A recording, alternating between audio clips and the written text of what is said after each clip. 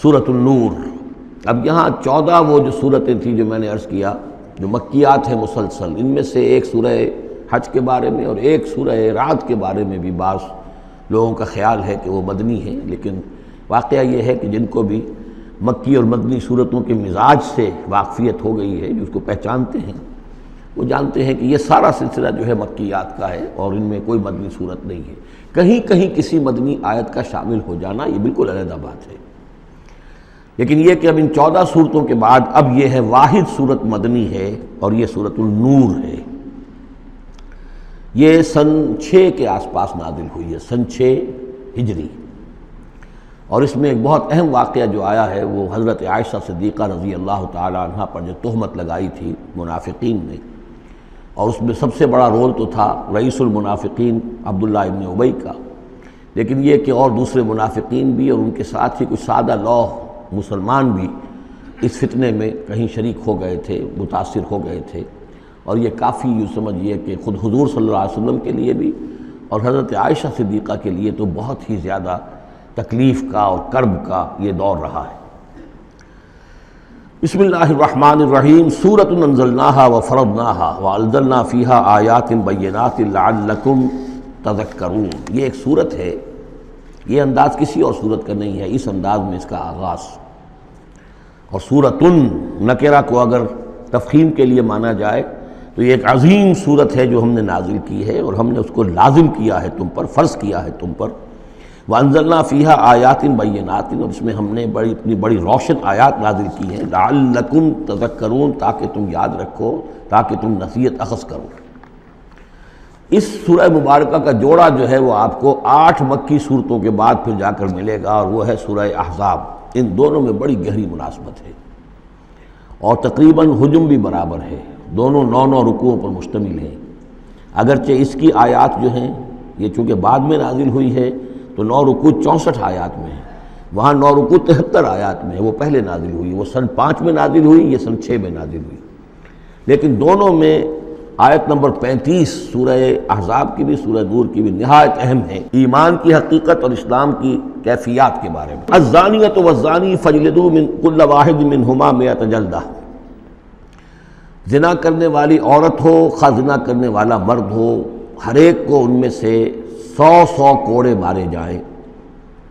ولا تاخذکم بہما رأفۃ فی دین اللہ، اور تمہیں اللہ کے اس دین کے معاملے میں نہ روک دے کوئی شے ان کے اوپر مہربانی کے راستے سے، نہ تمہیں روک لے پکڑ لے، لا تاخذکم بہما، ان کے ساتھ نرمی اور ان کے ساتھ شفقت، فی دین اللہ، اللہ کے دین میں، یہ اللہ کا دین ہے، اللہ کی شریعت ہے، یہ اللہ کی حد ہے، اور اس حد کے اجرا میں کسی کی ہمدردی، کسی کے ساتھ تمہارا تعلق، تمہاری دل کی نرمی، تمہاری شفقت یہ کہیں آڑے نہ آ جائے۔ ان کنتم تؤمنون باللہ والیوم الآخر، اگر تم ایمان رکھتے ہو اللہ پر اور یوم آخر پر۔ یہ جو حد ہے یہ ہے اصل میں زانی زانیہ جو غیر شادی شدہ ہو اس کے لیے 100 کوڑے ہیں، یہ حد ہے جو قرآن میں آئی ہے۔ زانی اور زانیہ اگر شادی شدہ ہے تو اس کی حد قرآن میں نہیں ہے، لیکن وہ سنت رسول صلی اللہ علیہ وسلم سے ثابت ہے، اور شریعت اسلامی کا چونکہ جو اس کی سورسز ہیں، اس کی ایک بنیاد ہے اللہ کی کتاب، اور دوسری بنیاد جو انڈیپینڈنٹلی قرآن مجید سے آزاد ہو کر ایک مستقل بنیاد ہے، مستقل سورس ہے، وہ سنت رسول ہے صلی اللہ علیہ وسلم۔ تو رجم کا جو حکم ہے وہ سنت سے ہے، اور جیسا کہ میں آپ کو بتا چکا ہوں اصل میں یہ اس قاعدہ کلیہ کے تحت ہے کہ سابقہ شریعت میں، شریعت موسوی میں بعض احکام وہ تھے کہ جن کی نفی نہیں آئی ہے، اور انہیں جو قتل نبی اکرم صلی اللہ علیہ وسلم نے اس امت کے اندر بھی جاری رکھا ہے۔ ان میں سے یہ 2 حکم جو ہیں بہت اہم ہیں، ایک قتل مرتد کا حکم ہے، اور دوسرے زانی اور زانیہ جو شادی شدہ ہو اس کے سنسار کیے جانے کا حکم ہے۔ وَلْيَشْهَدْ عَذَابَهُمَا طَائِفَةٌ مِّنَ الْمُؤْمِنِينَ، اور چاہیے کہ جب انہیں یہ حد جاری کی جا رہی ہو، سزا دی جا رہی ہو، تو اس وقت موجود رہیں اور دیکھیں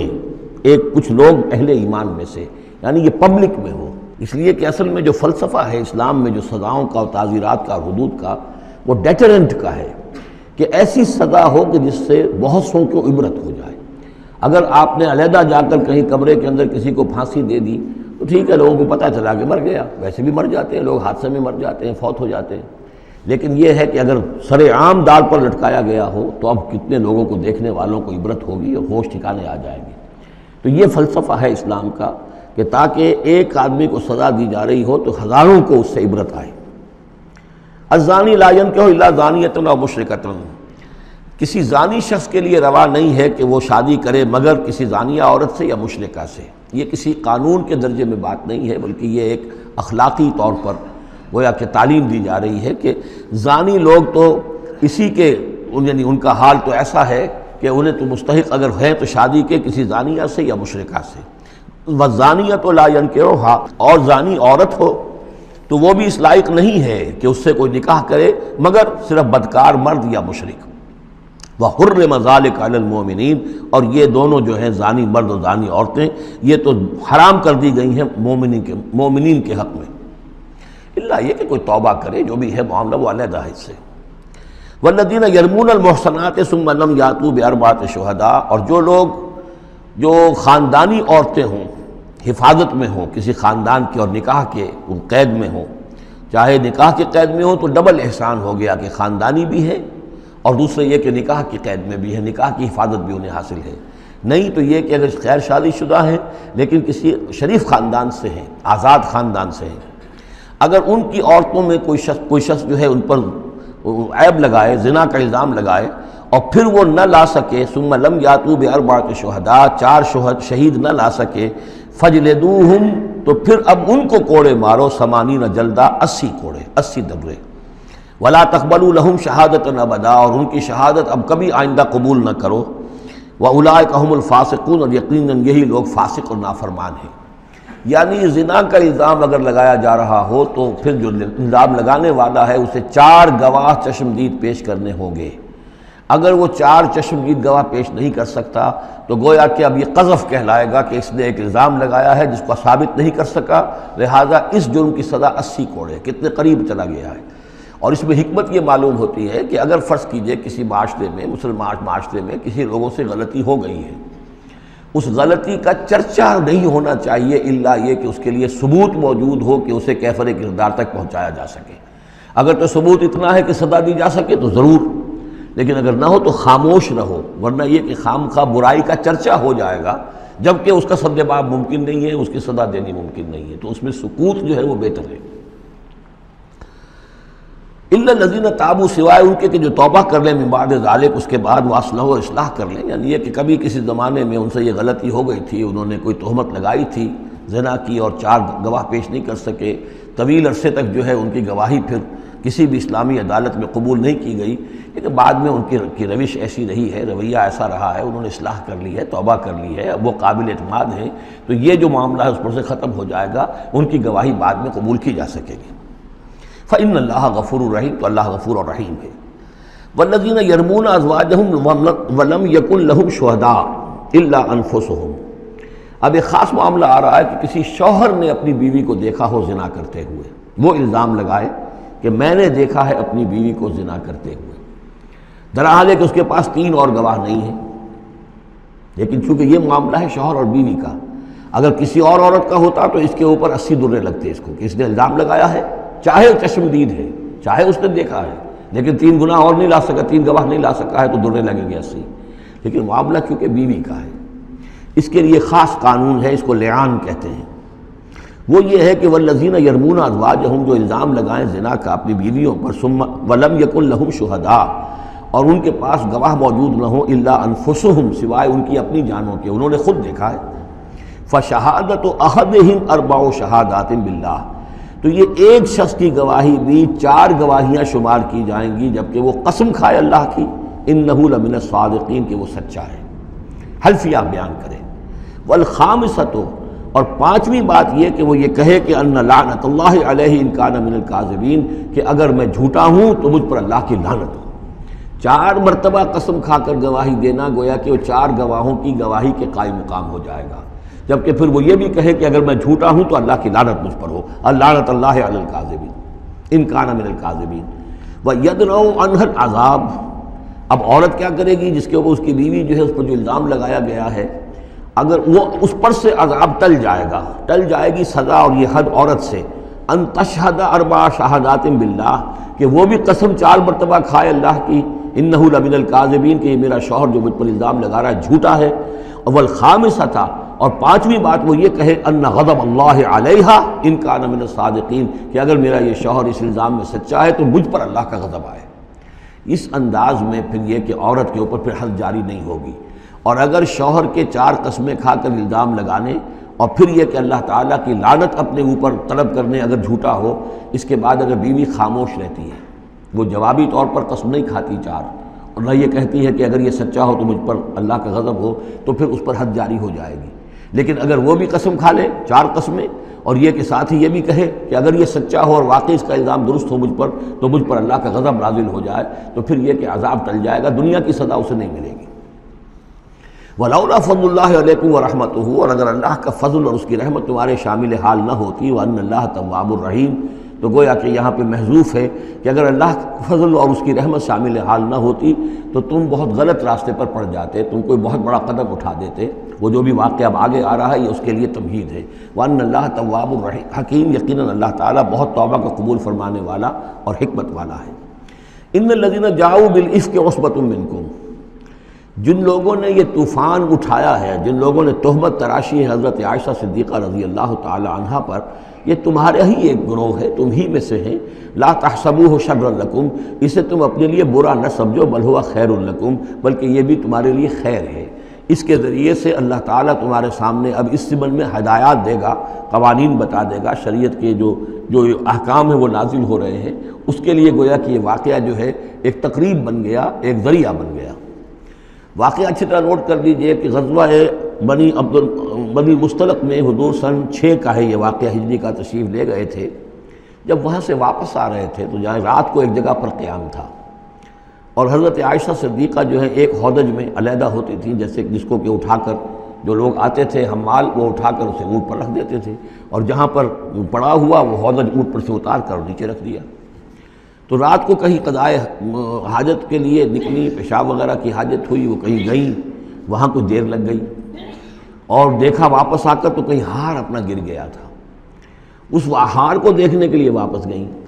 اتنی دیر میں وہ حمال آئے، اور حضرت عائشہ بہت دبلی پتلی تھیں، انہیں اندازہ نہیں ہوا کہ اس ہودج میں اس وقت ام المومنین موجود نہیں ہیں۔ انہوں نے اٹھایا اور وہ کوچ کا وقت ہو گیا تھا، اونٹ کے اوپر رکھا اور قافلہ چل دیا۔ اب جب یہ آئیں واپس تو اب دیکھا کہ وہ تو قافلہ جا چکا، ہکا بکا کیا کریں، تنہا ہے، رات کا وقت ہے۔ اس وقت انہوں نے بڑی عقل مندی سے کام لیا کہ اب اگر میں قافلے کے پیچھے دوڑی چلی تو پتہ نہیں میں کسی غلط راستے پر مڑ جاؤں، اور پھر وہ تلاش بھی نہیں کر سکیں گے مجھے، تو بہتر یہ کہ میں یہیں پر بیٹھی رہوں، تاکہ انہیں جب بھی خیال ہوگا کہ اس ہودج کے اندر جو ہے ام المومنین عائشہ صدیقہ موجود نہیں ہے تو وہ تلاش میں پھر یہیں آئیں گے۔ تو وہاں بیٹھی ہوئی تھی، رات کا وقت تھا، نیند آ گئی، سو گئی، اس سے آپ کا چہرہ بھی کھل گیا۔ تو ایک صاحب تھے صحابہ میں سے صفوان ابن معطل، ان کی ڈیوٹی یہ ہوتی تھی کہ وہ لشکر کے پیچھے پیچھے چلتے تھے۔ لشکر چل رہا ہے تو ذرا فاصلے سے کہ کہیں کوئی گری پڑی چیز رہ گئی ہو، کہیں کوئی بیمار ہو وہ چل نہ پایا ہو لشکر کے ساتھ اور رہ گیا ہو پیچھے، تو پیچھے وہ دیکھ بھال کرتے ہوئے آتے تھے۔ انہیں دور سے نظر آیا کہ یہاں کوئی شے پڑی ہوئی ہے، گٹھڑی سی پڑی ہے کوئی، تو جا کر دیکھا، حضرت عائشہ کو پہچان لیا، اور وہ کہتے ہیں کہ میں نے اس لیے پہچان لیا کہ حجاب کی آیت کے نازل ہونے سے پہلے میں نے انہیں دیکھا تھا۔ حجاب کی آیت نازل ہوئی ہے سورہ احزاب میں، سورہ احزاب 1 سال پہلے نازل ہو چکی ہے، تو جب تک حجاب کی آیت نہیں آئی تھی ظاہر بات ہے کہ وہاں پردہ نہیں تھا، کوئی نقاب نہیں اوڑھتی تھی خواتین اور نہ امہات المومنین، لہذا پہچانتے تھے۔ تو وہ چونکہ چہرہ کھلا ہوا تھا ام المومنین کا، تو انہوں نے کہا انا للہ و انا الیہ راجعون، یہ الفاظ جو کہے تو حضرت عائشہ کی آنکھ کھل گئی، اور وہ پھر اٹھ کر بیٹھی، انہوں نے اپنا کپڑا درست کیا،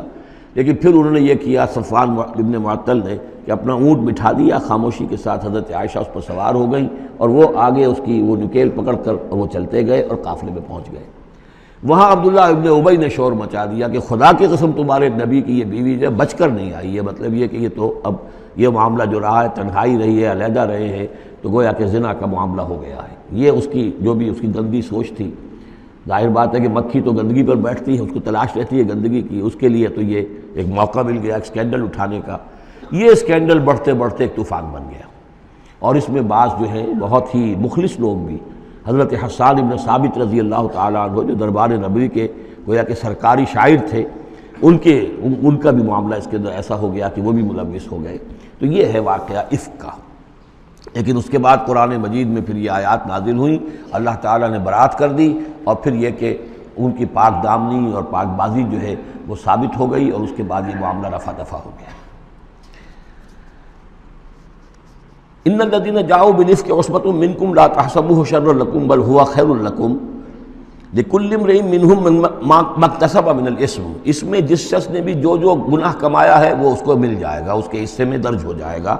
والذی تولى کبرہ، اور جس نے اس کا سب سے بڑا حصہ وصول کیا، یہ ہے عبداللہ ابن ابی جس نے اسکینڈل اٹھایا اور اسے بڑی قوت کے ساتھ، شدت کے ساتھ پھیلایا۔